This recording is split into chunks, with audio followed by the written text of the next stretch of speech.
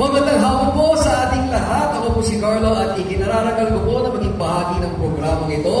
Ito po ay ang press conference for the Alianza para sa Bagong Pilipinas Senatorial Slate.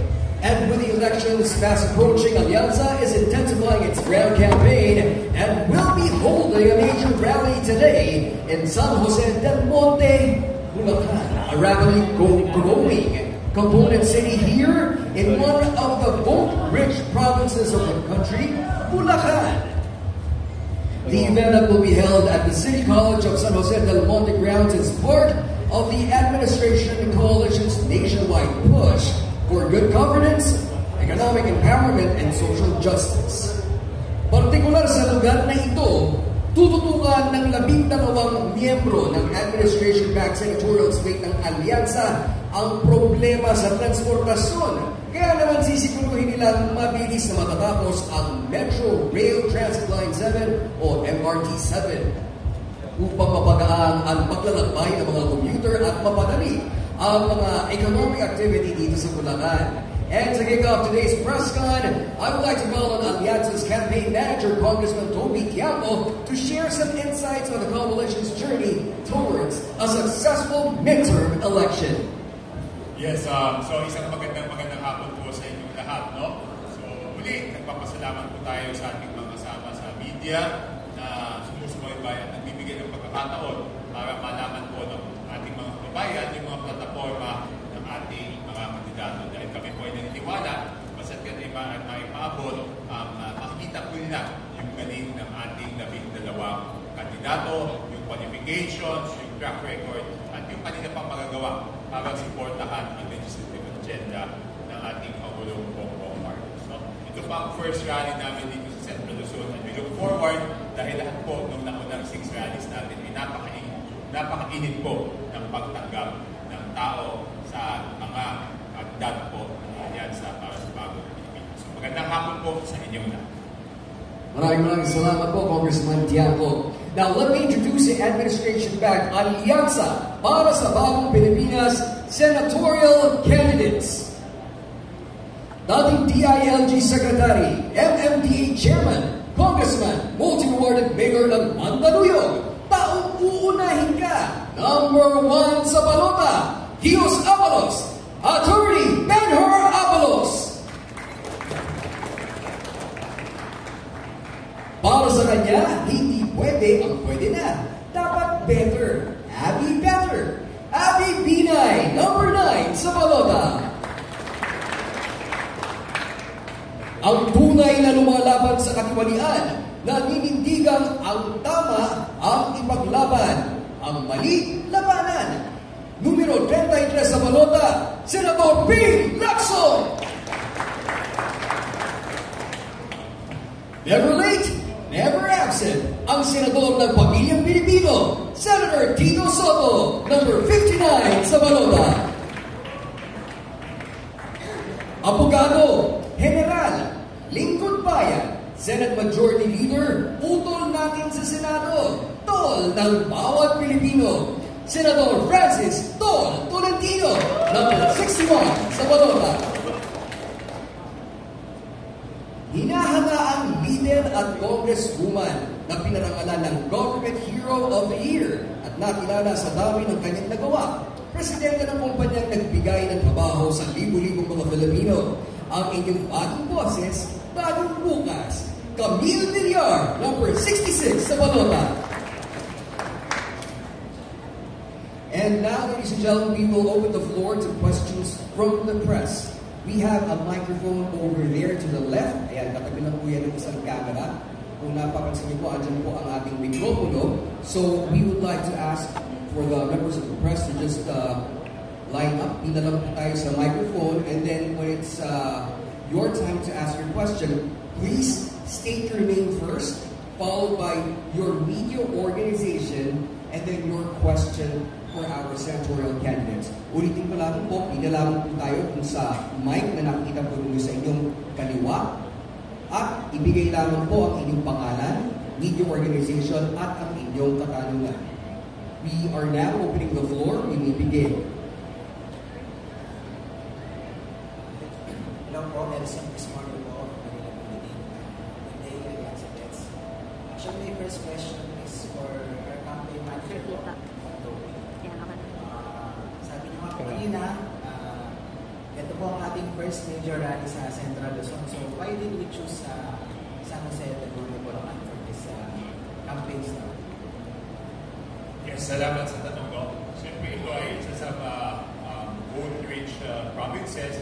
At siyempre dahil napakalapit niya dito sa Metro Manila, napakahalaga ng role na gagampanan ng Bulacan para sa ekonomiya ng ating bansa. So, napakahalaga rin na kami magpunta dito para may panawagan sa ating mga kababayan yung mga programa para sa Bulacan. Thank you. My second question po for our candidates na po. How does your platform po, how does it support rapid growth of San Jose del Monte, Bulacan? And siguro po, in general na rin po, how does your platform support yung mga rapidly growing cities like this? Anyone who would like to answer first? Yes, Tito Sen. Thank you, sir. One of the main functions of the Senate and senators is to exercise oversight over existing laws. And I think the medical scholarship program that I principally authored para sa bayan will be a big help for San Jose del Monte, Bulacan. San Jose del Monte is the largest city in Bulacan in terms of population and land area. And we need more doctors here. So, yung nakikita ko na after 5 years na pinasa namin yung batas na yun, we need to check on the oversight through the Senate. How? Kasi dapat ideally 40 scholars per medical school nationwide, lalo na dito sa Central Luzon. Nakita niyo naman ang kakulangan ng panahon ng pandemic, di ba? Ang kakulangan ng mga doktor. Mas marami ang mga abogado kaysa sa doktor. Ngayon, ang kailangan dito, hindi pa pwedeng, ideally 40. Ang nangyayari ito, taon na ito, 24. 24 lang daw. Bakit? Kasi may problema sa budget daw. Naiba yung budget. Nag-check. Yung sinasabi nila. So, it's not just the new laws or the laws that are being proposed. It's also oversight of the current laws. So, I think it is a major impact on the city of San Jose. Thank you. Go ahead, sir. Aking pangunahing platforma, hindi lamang sa panahon ng kampanya, kundi lalo kong ginagawa kapag nung ako'y nasa Senado na, yung budget reform, kasi hindi ko makalat yung biyaya ng national budget sa mga karatig lugar ng Metro Manila, lalo na sa mga malalayo. Nasabi ko na ito maraming beses na taon-taon, napakalaki ng hindi nagagamit, yung unused appropriations. Pumapalo siya ng 100 billion. Yung nakaraang 2016 hanggang 2023, 350 billion per year on the average ang hindi nagagamit. Dahil hindi na ibibigyan ng importansya yung pinaghirapan ng mga local development councils sa pamamagitan ng kanilang mga local development plans. So taon-taon, yan talagang piglalaban ko sa Senado, no? Ako'y nandun for 18 years na kailangan at least may konsultasyon man lang sa mga local government units, lalo sa mga implementing agencies. Kaya hindi nagagamit o pag nagagamit man, mali ang paggamit. May bumagsak na tulay doon sa Santa Maria Cabagan, doon sa Isabela. Sa aking pananaw, bakit babagsak yon? Naging noon daw nagawa yun, ang sinasabi ng mga taga roon, hindi talaga nadadaanan ng mga truck. Ano saysay ng isang tulay kung hindi pwedeng daanan ng truck, kung hindi mga motorsiklo lamang? Ibig sabihin, siguro, I don't want to preempt whatever investigation is being conducted or will be conducted. Pero malamang sa hindi, substandard yung materials. So hanggat walang nakukulong ng mga responsable, walang nakukonvict at nakukulong, talagang hindi ito matitigil. This is not the first time and this won't be the last na mangyayari yan. At sana, huwag maraming masasaktan o mamamatay sa aksidente gawa ng mga kalukuhan ng mga accountable at at saka responsible sa mga ganong klaseng infrastructure projects. Let's go ahead.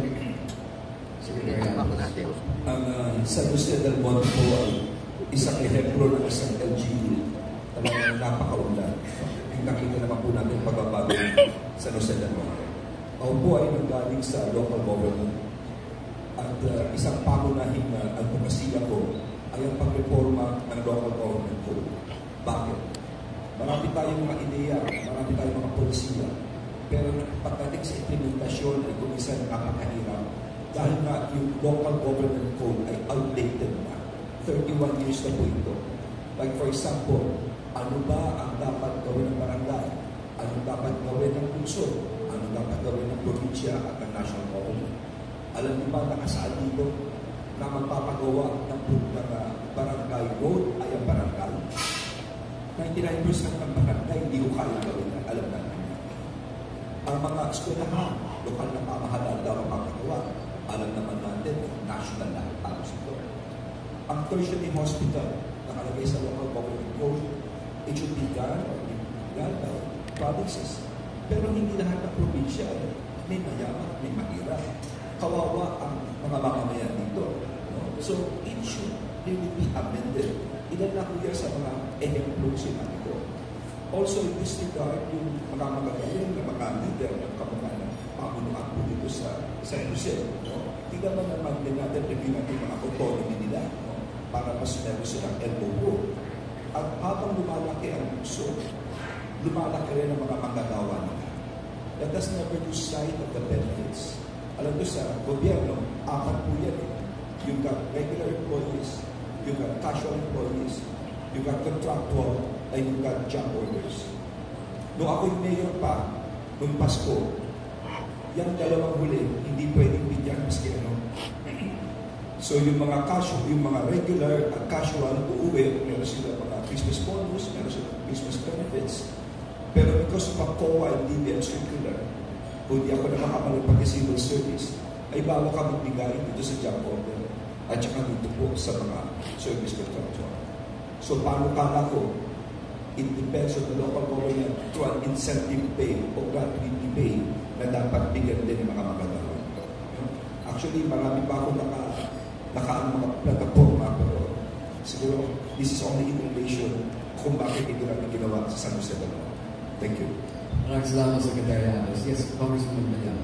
Actually, one of the things that I've always espoused, whether while working in the private sector, in Congress, and I hope to continue to espouse, is supporting economic growth. And I think dito sa San Jose del Monte, nakikita naman na isa siyang magandang halimbawa ng syudad na talagang makikita that is built on support for livelihood or small businesses. Nakikita naman po natin with the MRT7 na pag napaganda natin yung interconnectivity at pag may infrastruktura na dumarating sa isang bayan, ay nagkakaroon ng increase in output, productivity, and increase sa trabaho. And dito rin makikita natin sana magkaroon ng murang pabahay and better homes for all of the sa mga kababayan natin dito sa San Jose. So ito ang isang magandang halimbawa ng development ng syudad that is spurred on by economic development. So gusto natin dito is mas i-prepare yung mga taga San Jose del Monte for more jobs, better infrastructure, and a very good housing program. Yes, sir. If I may add my own piece, I would intend to amend the existing Executive Order 327, which calls for the creation of regional development councils. Honestly aside, when I was MMDA chairman, ako po yung chairman din ng RDC NCR, and that was the time when the MRT7 was signed. This 22.8 kilometer transportation hub line would serve not just Central Luzon, but including NCR. So pag binago po natin yung sinasabi ko kanina executive order, I envision the NCR RDC to have some sit-ins. Dapat nakaupo doon yung San Pedro Laguna, katabi ng Muntinlupa, dapat nakaupo doon yung Bacoor, Cavite, nakatabi ng Las Piñas, dapat nakaupo doon yung San Jose del Monte, Bulacan, nakatabi ng Quezon City at Caloocan. So, there should be more inter-regional cooperation in the offing because we're looking forward not just to the opening of the MRT-7 but including the Malolos to Tutuban to Calamba rail line. So it's in the part of urban planning, it should now be inter-regional. And San Jose del Monte will play a big role because it will not just be a bedroom community for Metro Manila. It would be a de facto member of the Metro o Mega Manila community. We have to prepare for that. Thank you, sir. Meron po po gusto mo magdagdag before we move on to the next question? Okay, maaari na po. In the interest of time, i-request na po natin sa ating mga kapatid sa media na kung maaari sana ay isang tanong lamang po kada reporter. Alright, kindly state your name, your organization, and your question. Good afternoon, Joey Dilacos from Mrs. Weir. As a crucial link between Metro Manila and Central Luzon, how important is the timely completion of MRT-7 in improving mobility, ease of travel congestion, and boosting economic opportunities for San Jose del Monte and rest of Bulacan? Thank you. If I may add, sinagot kanina, it will serve as it will clear up some bottlenecks, especially Commonwealth Avenue. It will clear up some bottlenecks as you approach NLEX. But again, it would force some of our residents in Metro Manila to go to areas such as San Jose del Monte. Nabanggit ko kanina naman yung another line for Bacoor.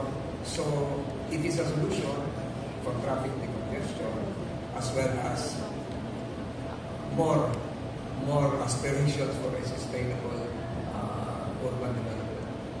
Salamat po. Meron po talaga kasagutan.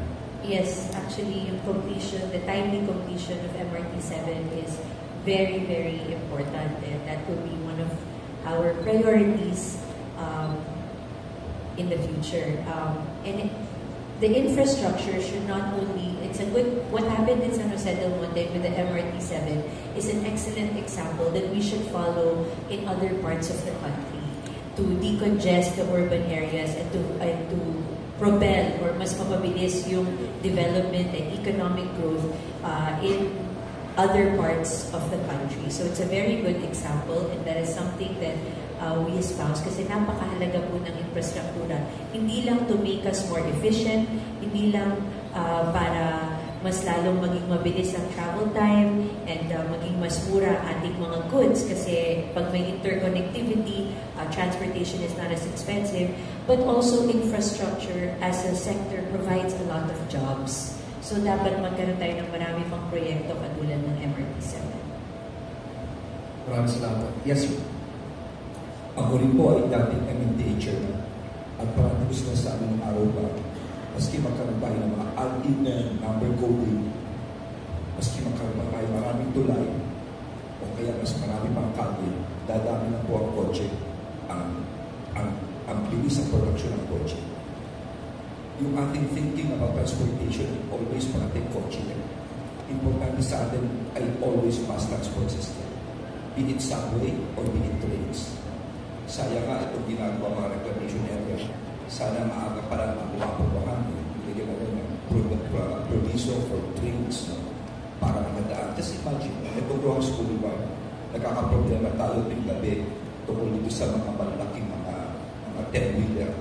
Isipin mo kung makakaroon ka ng railways from the port, ilalagay po sa reclaimed area, ang laking bagay sa amin ito, bagay na maigit. So, nung nasa Mindanao ako, sinabi ko na sa kanila ito, we must go through land banking. One of the problems right now, at ang pinakamahal ay ang easement of right of way, ang lupa. Pero kung maipaplano natin habang mura pa lang ang lupa, at I'll tell you this, development is so fast in certain areas. We were in Tagu, grabe ang lupa, halos 5 years ago, ilan na. Pero kung naiplano na maganda, yung Mindanao Railways ito, Pulkan across, yung mga place na ito, ang ganda sana. Dito sa San Jose, isipin nyo na, magkano ang lupa dito kung gagawin ng train, mahirapan ka na.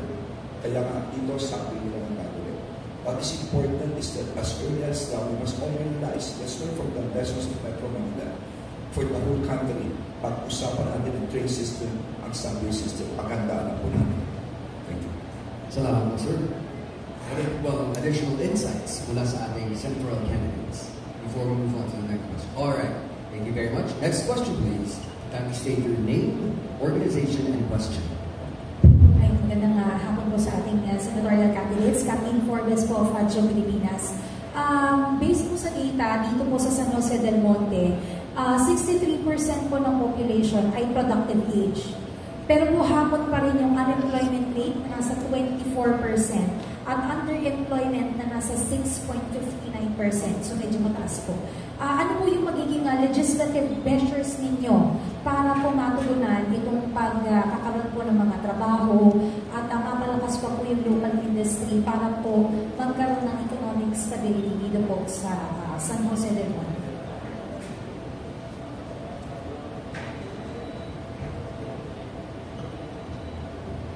Anyone from the senatorial candidates would like to answer? Yes, Senator. Well, we have a program. Actually, it's principally authored by Senator Lacson. I hope we'll be able to do it in the 20th Congress. Kapag pinalan kami, ginusto ng Panginoon Diyos makabalik kami. Yun yung brave. Budget reform and policy for village empowerment. Siya may gawa nun. Pero yun ay malaking epekto rito sapagkat ang gusto nangyari nun ay mag-distribute ng evenly ang funding ng gobyerno, ilagay ng tama ang budget ng gobyerno at magkaroon ng pondo sa bawat munisipyo, lungsod at saka probinsya na gagamitin sa livelihood. Livelihood, agriculture, yun po yung pinaka-highlight ng programa niya. Definitely, malaki may tutulong po sa issue ng unemployment or underemployment, hindi lang sa San Jose del Monte, kundi sa buong Pilipinas. Maraming salamat po. More insights from our senatorial candidates. Go ahead, ma'am. Actually, yun ng pagdami ng infrastruktura dito, makakatulong yan sa pagdagdag ng trabaho na available, as well as supporting the local agricultural sector, because kahit pa paano, Bulacan still depends on agriculture. So when we empower or strengthen our farmers through financial assistance, additional livelihood training, giving them machines to make them more efficient, lalaki yung sektor na yan, magkakaroon pa ng maraming trabaho. We should also have policies and programs that support micro, small, and medium enterprises na marami din dito sa Bulacan. Dahil itong mga enterprises na ito, they not only provide livelihood for themselves, but jobs for others. And actually, it's good na when dealing with employment and trabaho, hindi lang dapat employment ang ina-address kung hindi underemployment. So that's a good point. In order to upskill naman our workforce, kailangan dyan training and quality education para magkaroon sila ng magandang trabaho at yung mga skills nila ay ma-match dun sa jobs that are available. So I actually have laws in the House that I espouse, like the Batang Magaling Act, which aims to prepare senior high school students for whatever jobs are available in the market. So we will have similar laws like that to address na naman underemployment. Yes, sir, go ahead. Actually, to address underemployment, unemployment is always your business. Be it big business, small, medium enterprise. But we should have a climate that is good for business. Ang climate na maganda ang peace and order mo. Ang climate mo na medyo mura ang kuryente mo. At ang climate mo na walang corruption. Kasi kung may manghihingi sa bawat papasok na investors, magpapay aalis yan. So I'm really pushing for full digitalization of ano. Kasi kung full digitalization tayo, it will create a good climate for investors.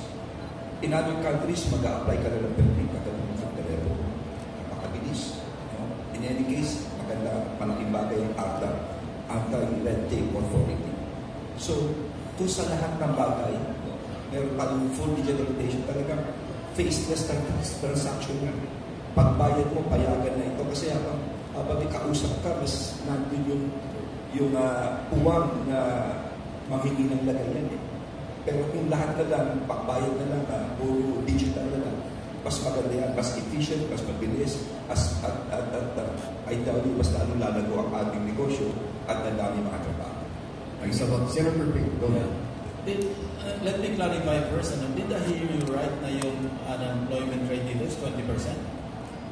Unemployment rate is 24.24. Oh, that's way above the national average. Kasi ang unemployment rate natin nationwide is only 3.8%.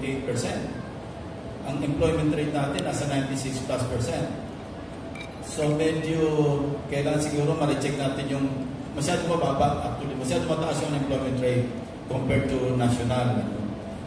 Anyway, to address your question, tama yung sinabi ng mga kasama namin dito, i-promote natin yung MSMEs. Kasi yung M, micro, ito yung nagko-comprise ng 90%. Yung remaining 10%, yung 8%, yun yung small. Tapos hinati na doon sa medium, yung 1%, at yung large corporations, 1%. So you can just imagine, kung may promote natin yung micro, which comprises 90% ng ating mga enterprises, and the whole of MSMEs, nag-account siya ng 63% ng ating labor force. So wala tayong ibang dapat puntahan, kundi i-promote natin yung tulungan ng gobyerno, yung MSMEs, especially yung micro. Yung micro, ito yung hanggang 3 million ang kanyang capital assets. Pagka lumampas ito, 3 million 1 hanggang 15 million, ito yung small. Pag 15 million 1, papunta sa 100 million, ito na yung medium. So, mas magandang tulungan natin ng higit sa lahat, yung mga micro, and of course, yung small. So, paano gagawin yun? Siguro, incentives, tapos ito yung pagkukuha ng pansin ng ating gobyerno. And on the part of legislation, pwede kami tumulong sa administration kay Pulong Bongbong kung paano ma-isa sa katuparan nito, kung paano ma-institutionalize yung pagtulong sa MSMEs. Thank you very much, sir. Yes, ma'am. Siguro word of advice na lang for San Jose del Monte is to incentivize companies, local companies in San Jose, to employ the locals that are residents here. Para hindi na sila sasakay ng MRT-7 kasi kung meron na magtrabaho dito, hindi na sila kasama sa traffic. So dito na lang, kung may trabaho na dito sa loob ng San Jose del Monte, then hindi nila kailangan lumabas pa. So I guess encourage more companies to open in the city and at the same time incentivizing those companies that actually hire the local residents in the city. Thank you very much, ma'am. Sir, meron po kayo I talaga. think San Jose del Monte will likewise benefit from declare the Central Luzon and Pag-Release Industrial Economic Zone, which is supposed to be in the Ponce Bulacan. Lahat po yan interconnected. Binalakas po yan, lahat mag-benefit as one hub. And I foresee with the presence of the train system here, with the proximity to NLEX, hindi po may iwan ang San Jose del Monte, especially with the young workforce. Hindi nabanggit nyo kaya 24% yung bata eh. Di ba? So you have a young workforce here with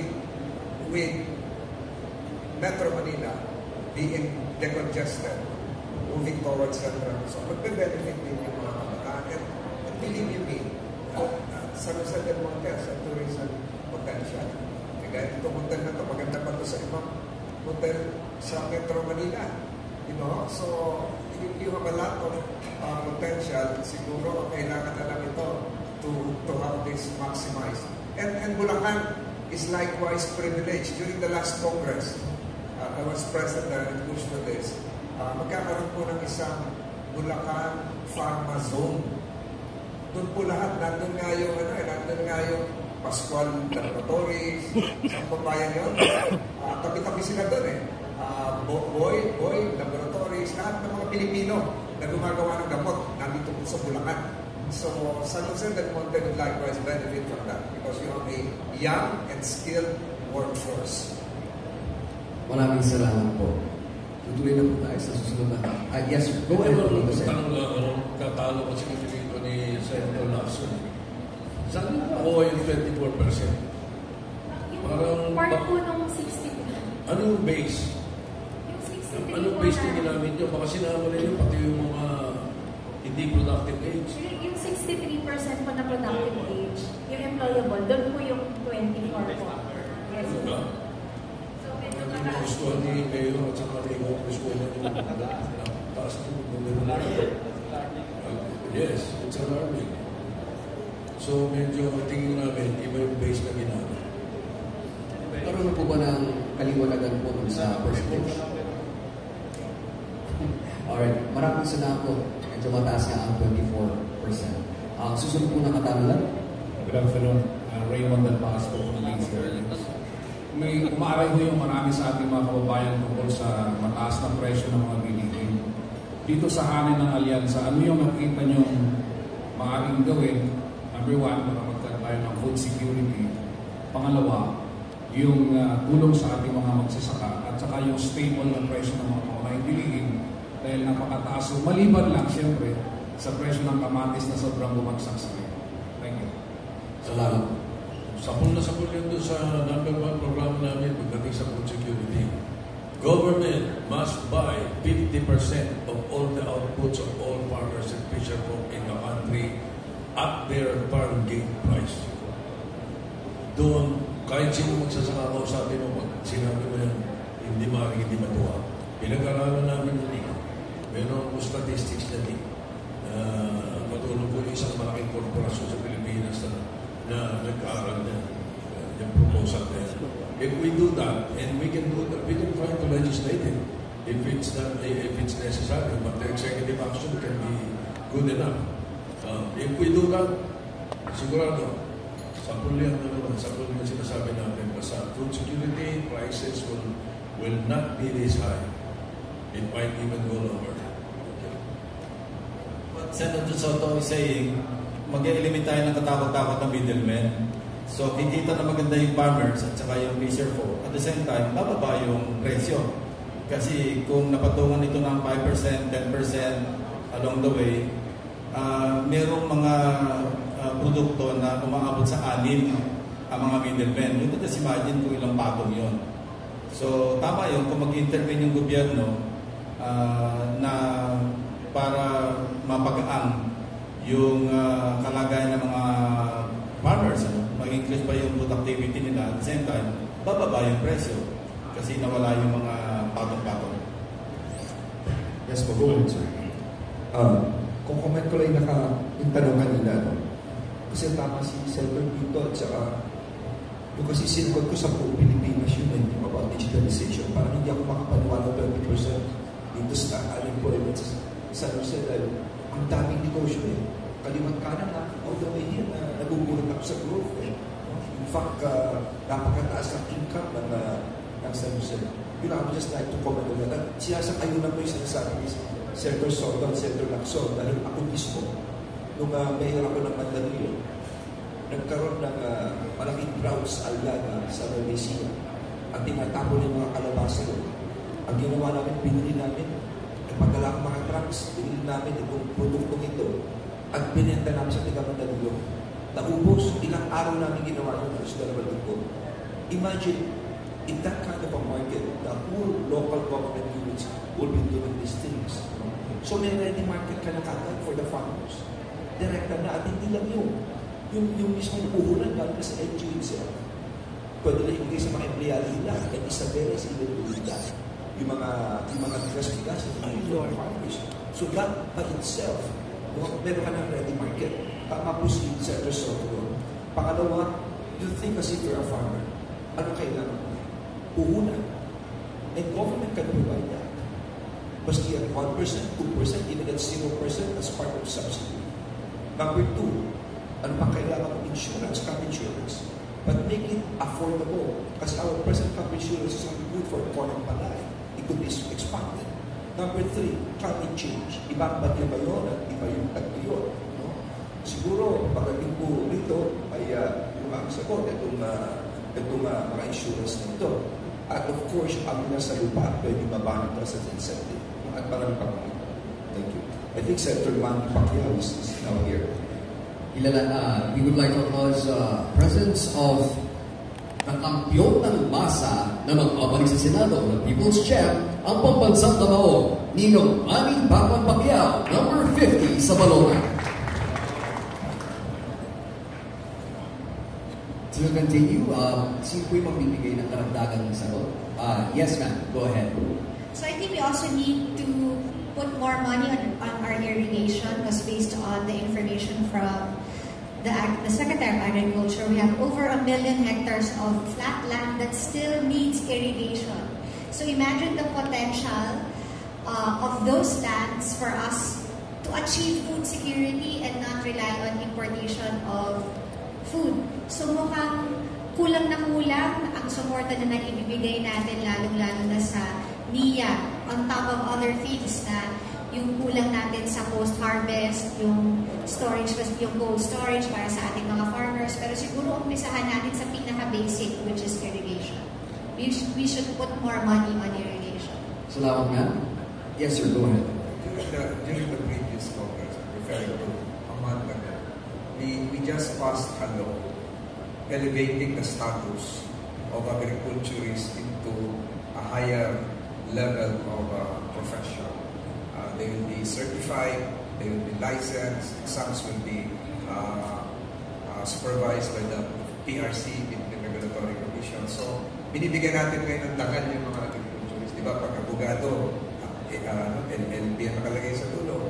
Pag doktor, MD, dapat meron din yung mga agriculturists. So that's what, that would probably is one that would entice the youth to study agriculture. Pati sa Los Baños, sa UP, mga babae nag-aaral agricultura.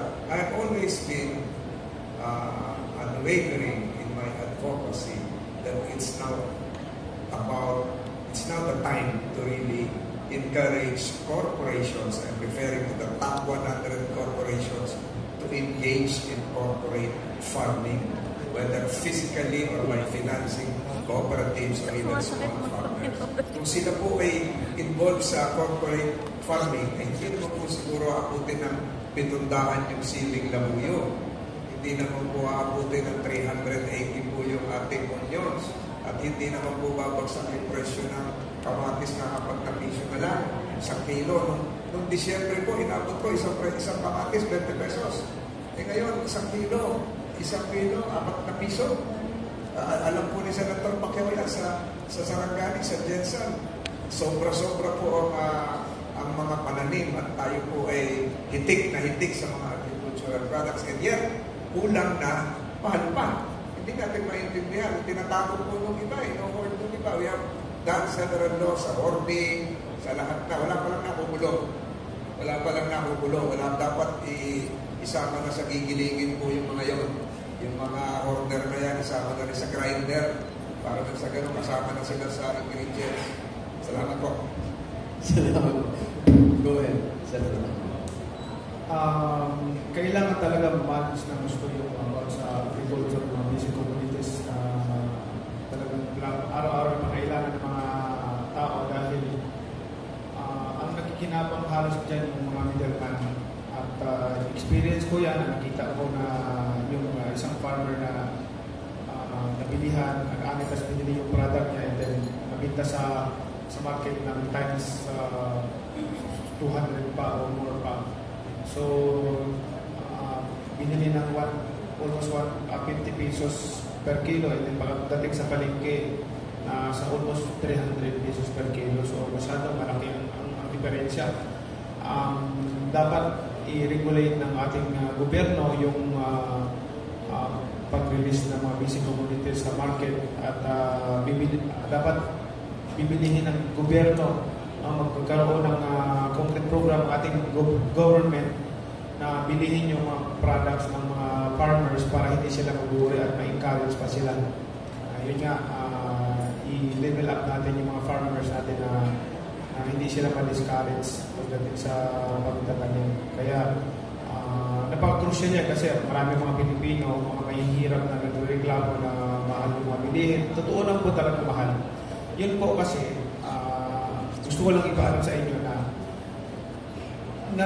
yung piso, 5 piso na diferensya sa per kilo, malaking bagay yan sa isang mahirap. Kasi naranasan po namin yan eh.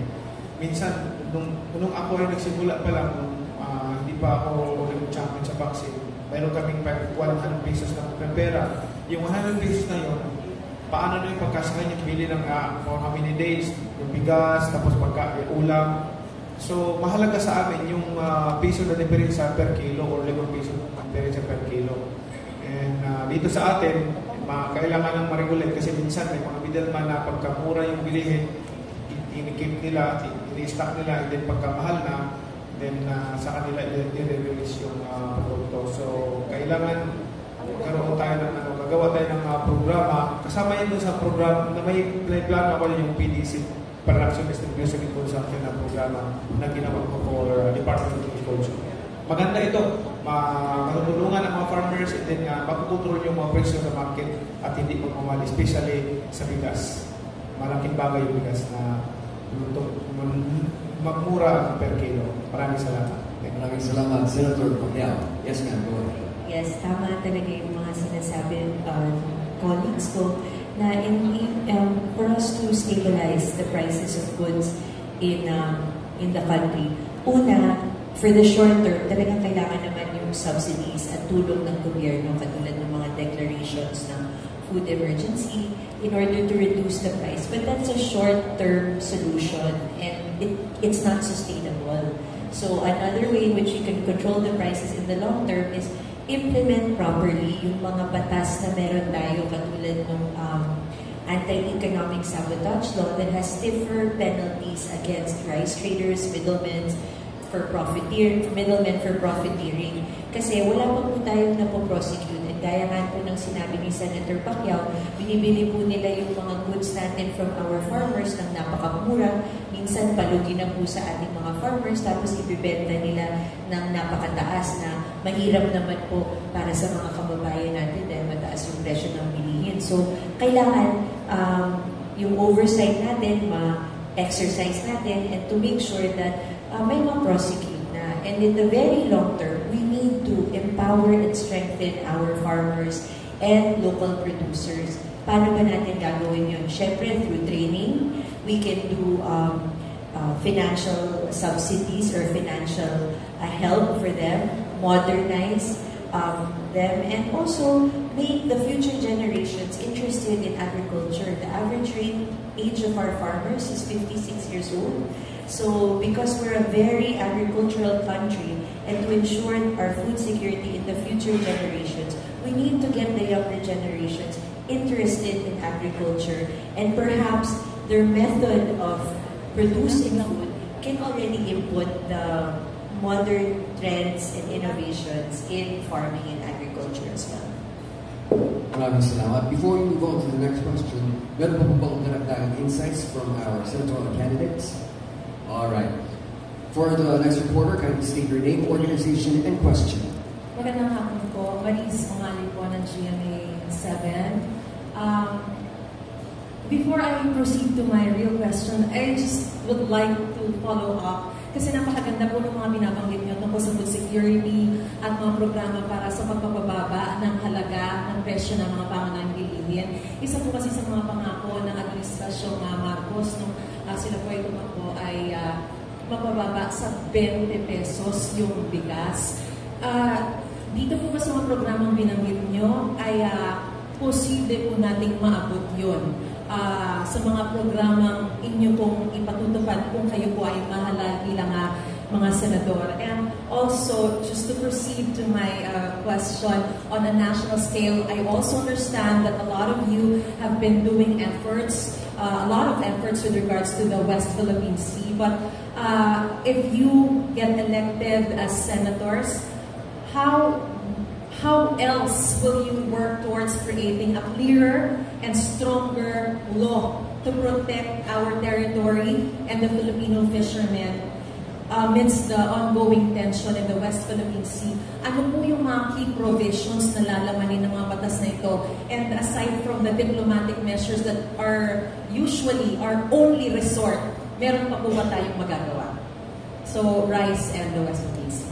Unahin po muna natin ang kanyang katanungan tungkol sa maaaring lutuin para maabot ang 20 pesos per kilo na bigas. Sino po ang... Yes, go ahead, Dusan. Hindi ko na nasabay. Malaki ang possibility na pwede. Doon sa proposal namin, 50% pag-output na lang naman sa saka bibili ko at their price. Malaki ang possibility na talagang bumaba.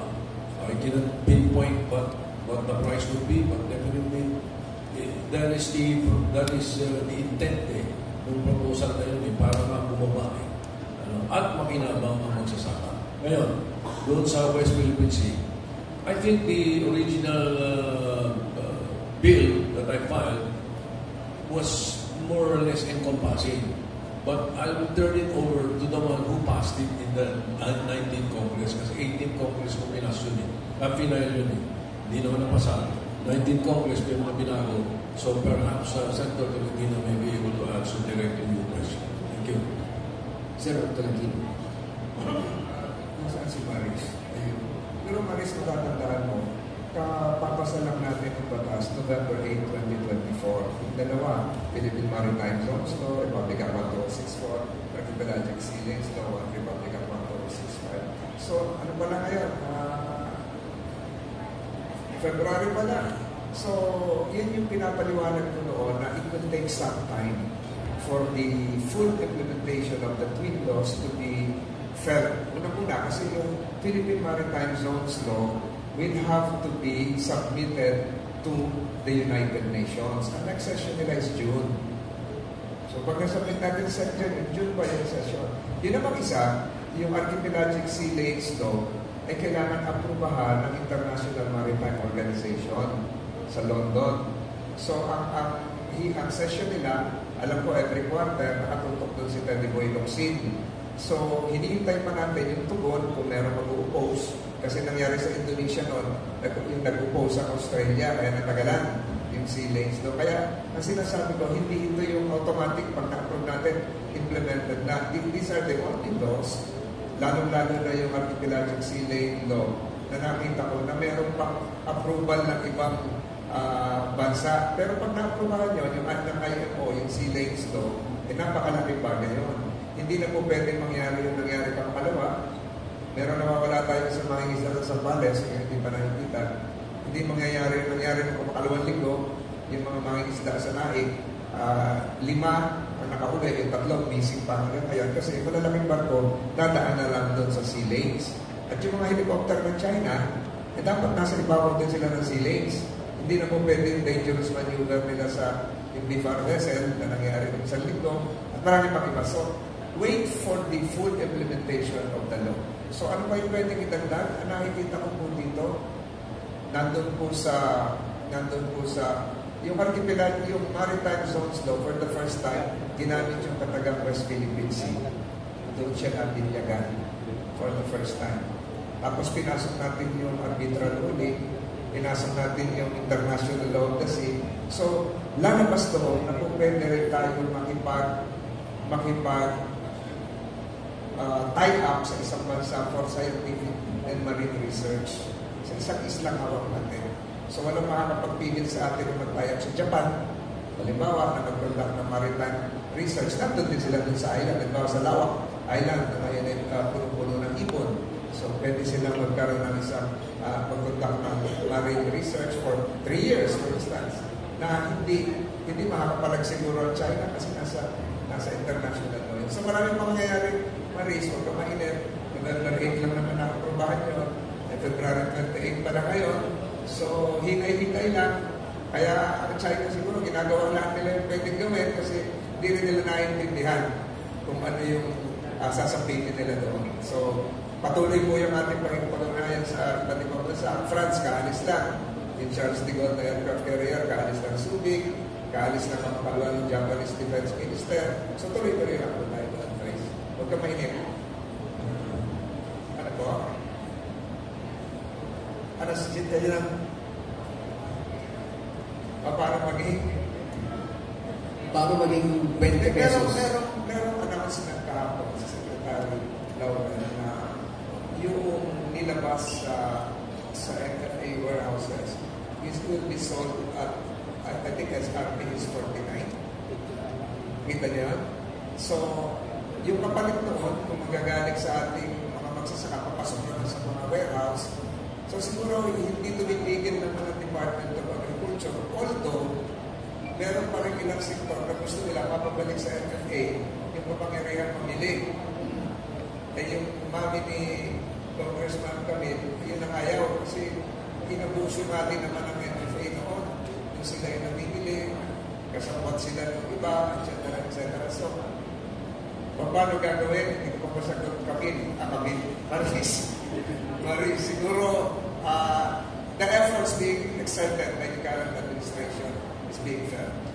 Ginagawa naman talaga, di ba? Hindi naman nila pinababayaan na 60 o 50, meron naman lalabas na 49. So, hintayin po natin yun. Pero, siguro yung iba sumagot. Maraming salamat po. Meron po ba mga... Sige po, Senator Ding. Yes, kung ano pa yung mga laws, mga batas na pwedeng ipasa para ma-strengthen yung position natin sa West Philippine Sea. Hindi sa amin mag-initiate, but we will definitely support kung yung executive branch would enter into treaties with more countries in the mold of the Mutual Defense Treaty with the United States. Kasi hindi naman natin kakayanin talaga na bagayin yung China. And kung ang alliance natin, meron tayong Mutual Defense Treaty with the US, kailangan pa siguro mag-encourage tayo or mag-convince pa ng ibang bansa na pwede tayo makipag-Mutual Defense Treaty rin para lumakas yung ating position sa West Philippine Sea. Not to invite war with China, but to preempt. Kasi mas maraming alliances with equally strong countries militarily na katulad ng China, makakapag-balance ng power yun sa West Philippine Sea. So, yun. And we are ready to support by way of ratifying whatever treaty na ipapadala sa Senado para i-ratify namin. Yung rights, bihira kong kontrahin si Senator Soto, pero realistically, parang mahirap ma-attain yung 20 pesos per kilo ng rice.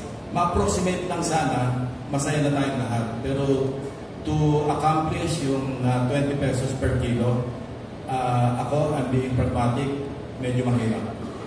Maraming salamat po. We are now moving on to the next question. Kindly state your name, organization, and question.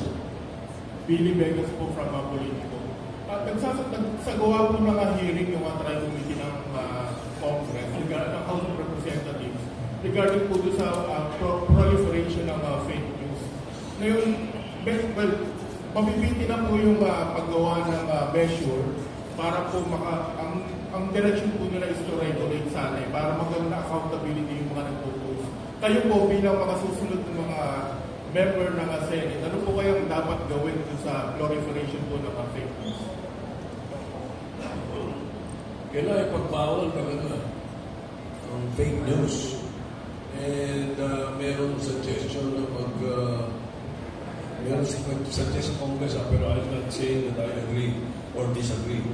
Meron sinasabi na mag-promote ng franchise yung mga organized internet users. I don't know how that works, but definitely sa akin, dapat ipagbawal ang fake news. Dami ko na kaibigan na patay eh. Patay na daw, hindi pa pala. Diba? Maganda yung tanong mo kasi kahapon lang ang daming tumawag sa akin. Kasi ito, ano nakalagay dito? Nakalagay yung mukha ko, pangalan ko, ginaya talaga yung Facebook account ko.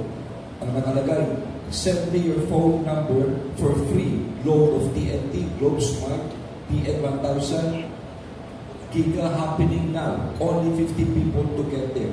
Free load. Isipin mo, ilan niloko nito? At hindi lang yun. Nung ako'y naalala nyo nung tumakbo ang ating Pangulo noon, on the day of the election, kasi ako yung campaign manager ng araw minag-text blast, ginamit yung cell number ko, pero hindi ko cell number. Kaya nagreklamo ko sa Globe. I-check nila, talagang minag-text blast lang, ibang makina. Bibigyan raw ako ng 5,000 bawat iboto lang daw si Pangulo. Sabi ko, pinaanak pa yun. Nireklamo ko talaga yun. Yung mga ganun panluloko, sobra-sobra na. Kaya dapat talaga ito maging mahigpit tayo rito. Alam mo, itong ganitong fake news na napakasama nito eh. Talaga maraming manluloko ito. Hindi lang ako, pati na may biktima mismo. Di ba? Kung isa papupuntahin sa isang lugar, kaya dapat talaga ito higpitan talaga ito.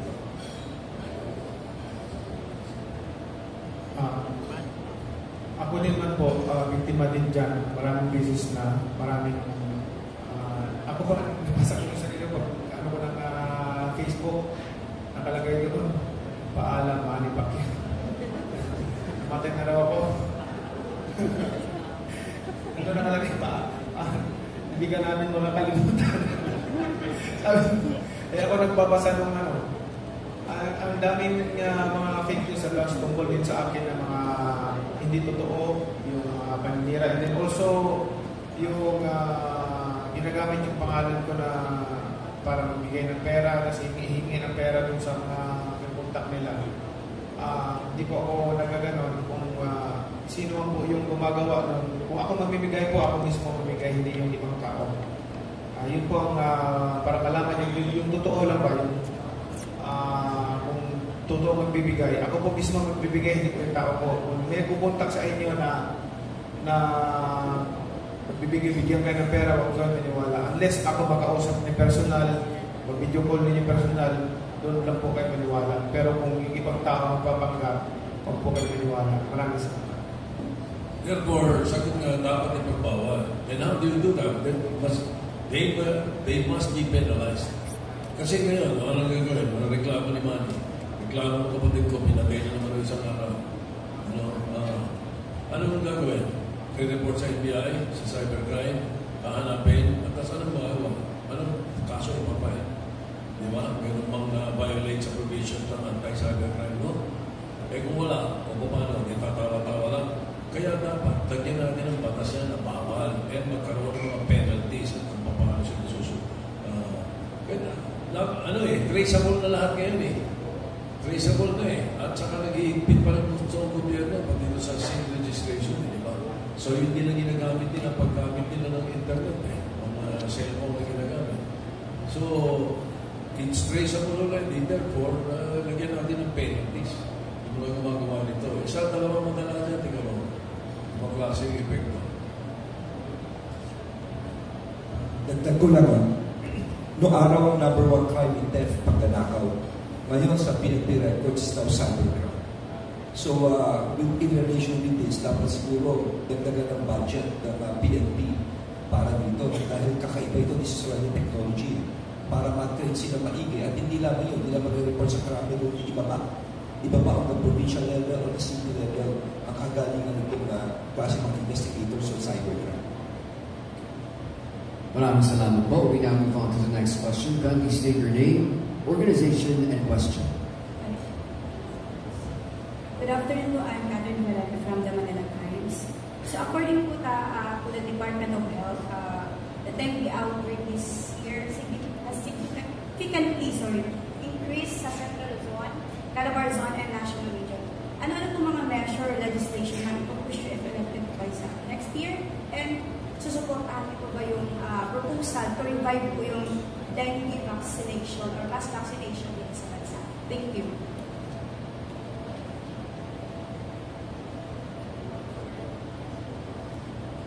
Okay, sir. Nung mayor ako ng Mandaluyong, we coordinated with the DOST. May teknolohiya yan na kung saan ang isang dengue mosquito, nag-iitlog yung nanay at ang kumakanta yung babae. So, ang importante dyan, makindog siya, merong chemical na nilalagay mo sa maliit na lata ito. Tapos may stick. Pagkapanganak niya ngayon doon ng mga itlog, after several days, itatapon mo na yun, lalagay mo sa isang pakatay mo. Ginawa namin yun sa Mandaluyong ng araw. At ang laking bagay, medyo na-control namin ang konti. Pero walang kapalit ito, kundi an ounce of prevention is better than a pound of cure. Kailangan ngayon pa lang yung mga kanal-kanal, yung mga saging, yung mga naitipon ng tubig dyan, yung mga gulong ng tubig, etc. Talagang on a parallel basis, yung kalinisan ito. But again, you could go maski one step ahead. Kung ginawa ng DOST, malaking bagay po. Yung talagang pahinto na mamaya malagpa ako dito.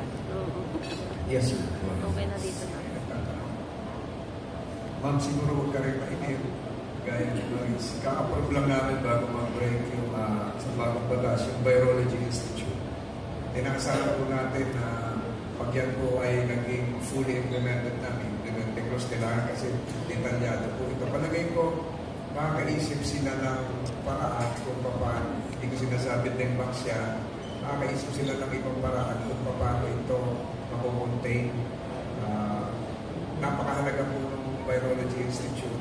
Approved na po yan at yan ay may bondo na. So, yung pagtatayo po nito, kasama nga yung DOST rin, kasama ang Department of Health at private sector, ay malaki may tulong. Hindi lang siguro dito sa mga epidemic na nararanasan ng tao, pati po sa hayop, yung African swine flu, yung mga sakit po ng ating mga manok, yan po ay makakatulong yung Virology Institute na nakakatatag lamang. Salamat po. Pero po ba ang gusto magbigay ng karagdagang opinion or kasagutan? Thank you. We now move on to the next question. Can we say your name, organization, and question?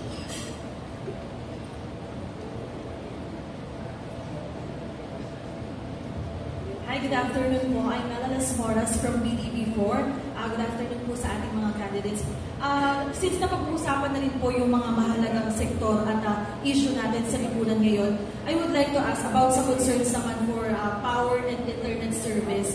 So, to ease the burden of many Filipinos, many are pushing for the removal of value-added tax on power and internet service. May I get your thoughts po about this? Lalo na kung sakali din naman ay siyempre, andyan din yung impact nito sa government revenues. Yes, you go ahead. In 2005, I was a member of the 13th Congress. I was against the impact on electricity. For the very simple reason that it is one of the drivers for inflation. As we very well know, ang manufacturers, kung mataas ang kuryente mo, mataas ang overhead cost. In a way, it might even drive away manufacturing. And data will show we are one of the most expensive electricity rate in Asia. If I'm not mistaken, pakalaban tayo after Singapore as of now. But kung titignan natin, kung kakaling mo iba, medyo malaki rin siya. Pero dadami naman ang negosyo ng kapatid. Dadami ang trabaho. At dadaan naman ang bayarin ng bawat isa. I stood by that belief in 2005. After 20 years, yan pa rin ang issue. I'm consistent with myself. I will stand by it. Napapatuloy ko yung iba at sa kuya. Maraming salamat po. And I think I saw Tito Sen raising his hand a few minutes ago. Ay, hindi mo ba? Medyo napayan sa ngayon na we'll have to study the effects. Si anti-tax ako eh. Mahirap sagutin basta-basta because if you recall, in my length of stay in the Senate, hindi lang naman importante paggawa mo ng batas eh. Importante yung voting record mo. Kailangan meron ka ng tinatawag na excellent voting record. I voted against GATT. I voted against EPIRA. I voted against oil regulation. So medyo kakampelo ng mga gusto mong magtanggal ng bata. Pero pag-aralan muna natin, ayaw mo salita ng tapos magdating sa issue. Maraming salamat. Yes, ma'am. Siguro, kakampihan ko si Tito Sen. The populist view always, and syempre kami tumatakbo kami sa sabihin, of course, we will support the removal of VAT in power and internet. Pero ang tanong ay, magkano ang mawawala na revenue ng gobyerno at saan kukunin? Dahil hindi naman pwedeng may mawawala, walang pangkulong.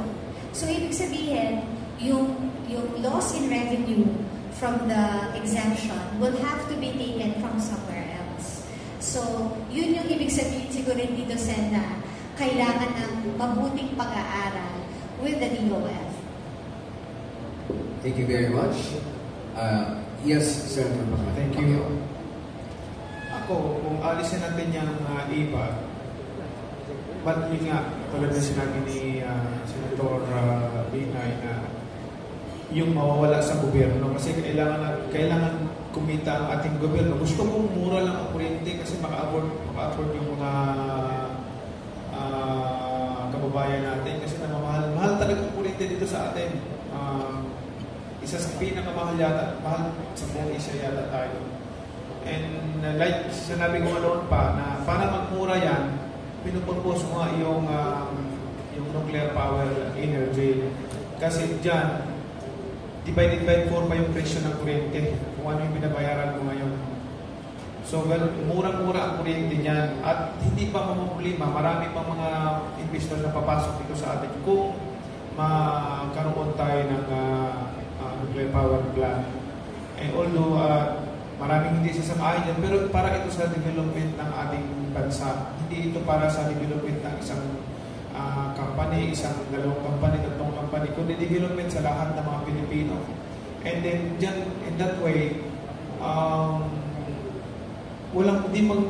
kahit mag-add pa tayo ng ibad sa mga tao, hindi sila iiyak dahil mura nga yung kuryente. And ang position ko dyan, gusto ko tanggalin yung ibad na ini-impose ngayon. Pero pag-aralan nga rin natin kung ano naman yung epekto sa ating gobyerno na magkailangan natin gumastos taon-taon. Yung annual budget natin, annual revenue, yung expenditure natin yearly, malaki. Mas malaki yung ginagastos natin kaysa kinikita. Yung talaga yung lagi kong nirereklamo na bakit mas malaki yung ginagastos natin taon-taon kaysa kinikita. So, lagi tayo nangungutang taon-taon. So, yan ang pinaka-problema ng ating bansa na dapat nating patunan ng pansin at mag-focus tayo to resolve the problem. So, palakasin natin yung revenue income ng ating gobyerno pero hindi doon sa mga para sa mga mahihirap na tao. Kailangan na win-win solution din na giginhawa yung pamumuhay ng bawat Pilipino. Thank you. Salamat, Senator Pacquiao. Yes, go. So, meron tayong, just to remind you, meron po tayong ginawang amendment sa IPIRA law, Republic Act 11552, if I'm not mistaken. In-extend po yung lifeline rate from 10 years to 15 years. So, kaya yung kumukonsumo ng 100 kilowatt hour per month, I mean 5% discount na yung mga senior citizens. Ginawa po sa internet, kapapasala nga natin, pero hindi pa nag-interview ng Presidente, yung Senate Bill 2699, kung saan magkakaroon ng internet load discount ng mga estudyante ng 20%. So, hintayin din natin yung mga tumahilim, malapit na yung mga hanggang itong March na ito, magpirmahan na yung Presidente. But I still go with due respect for the removal of that. Kasi pag inalis mo yung ban, 12%, mapupunta sa pera na sa bulsa na yung mga kababayan natin. Pili rin ngayon. Pag pumili sila halimbawa ng pagkain o gamit, di ba't din yun? So, pagpili sa gobyerno yung ba't?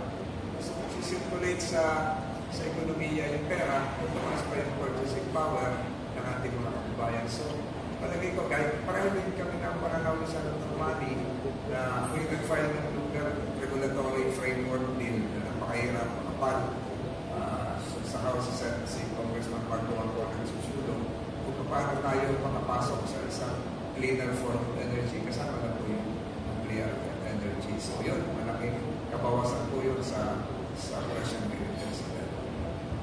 Maraming salamat po. Pupunta na po tayo sa susunod na katanungan. Kindly state your name, organization, and question.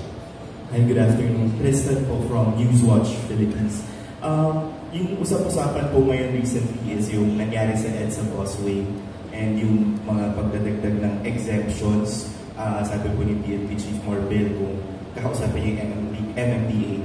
But for you po, anong stand nyo dito sa adding exemptions sa paggamit ng EDSA Causeway? And ano po yung siguro commitment nyo sa Filipino public sa galing manalo po kayo na pagdating po dito sa EDSA Causeway na mainit din talaga sa taong bayan? Senator Lacson. Yes, ako may proposal. Hindi naman original idea. Gawin natin counterflow yung mga bus sa EDSA o yung northbound, hayaan mo maging southbound. Tingnan po, let the problem solve itself. Lahat iiwas sa head-on collision. Tsaka wala na exempted. Ito, in-implement ito sa Taipei actually. Nagulat ako kasi minsan nandun ako. Pasalungat yung mga bus. Dos mismong lane ng southbound, northbound yung bus. At wala na sanang exempted. Kasi pagka merong leeway, nagbigay ka ng exemption, meron at meron dyan mag-interpret para sa sarili ng benefit. So, balik na rin natin. No? Kailangan lang i-review ng MMDA yung reconfiguration ng infrastructure. Kung paano lang mapapatupad na yung direksyon ng takbo ng bus pasalungat sa traffic doon sa lane.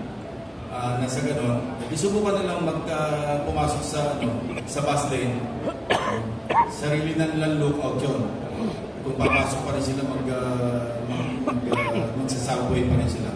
Or busway, I'm sorry. So yun ang aming proposal. Kailangan pag-aralan din. Ito sir. Yes, I agree with Senator Lacson. But right now, I disagree doon sa nadagdagan na exemption. Bakit? Nagtsatsaga kami doon sa hindi busway. Dadaan mo alis. Diba? Bakit magkakaroon sila ng exemption? I drive myself every day. So I know how it is. So, agahan mo na ako. Bakit exemption pa? Presidente ka ba ng Pilipinas? Bakit exempted ka sa busway? Hindi pwede yun. Thank you po, sir. Okay, thank you very much sa mga katanungan na ibinigay ng ating mga kapatid sa media. And before we end today's press con, konting patigil lang po, we will call once again our senatorial candidates to give a sweet and short message before we officially end. Ang Alyansa Senatorial Candidates, simulan natin. Number 1 sa balota, Senator Benher Abalos. Maraming salamat po sa pag-ibig sa amin dito sa press con. At least nakita nyo ang aming samahan, ang aming mga plataforma, ang kain namin, maaaring sa ibang bagay, maski yung opinion na kakaiba, but what is important is attention para talaga sa progress and development of our country. Maraming salamat. Number 9 sa balota, Senator Abby Binay. Kita-kita po tayo mamaya sa ating rally ng Alyansa, kasama po ang ating presidente. Thank you. Number 33, Senator Bing Lacson. Short and sweet, salamat po. Number 50, Senator Manny Pacquiao. Maraming salamat po sa inyong lahat. Ingat po kayo palagi. Number 59 sa balota, Senator Tito Soto. Ako medyo mahaba. Meron kasing issue ko na nabasa tungkol sa ibang sa amin dito na masyado na raw kami mga seniors. Okay naman yung mga bago o yung mga batang new generation senators. Okay yun eh. Pero mas magandang may balance pa rin. Iba yung experience, magaling wisdom na nakuha through the years at paggawa ng batas. Hindi ganun kadaling matutunan yun. Kaya importante. At saka yung seniors, wala na seniors ngayon, lalo na kami. Hindi kami naman seniors eh. Seasoned citizens kami. Seasoned senators kami, hindi kami seniors. No? Wala sa edad eh, ang pagsiservisyo sa bansa. Diba? Nasa puso at damdamin niya. Kaya dapat mapag-aralan mabuti yan. Okay ito mga makabago, but it should be a good mix. Thank you. Seasoned citizen. Salamat po. Number 61 sa balota, Senator Francis Tolentino. Binigyan naman ako ni Senator Manny ng paper ko. Salamat po sa inyo. Kita-kits tayo ngayon. Number 66 sa balota, Senator Camille Villar. Maraming salamat po. Short and sweet din. Kita-kita po tayo mamaya. And maraming salamat San Jose sa inyong napakainit na pagtanggap. Thank you very much to all our distinguished candidates. Muli, inimbitahan namin kayong lahat na makinahon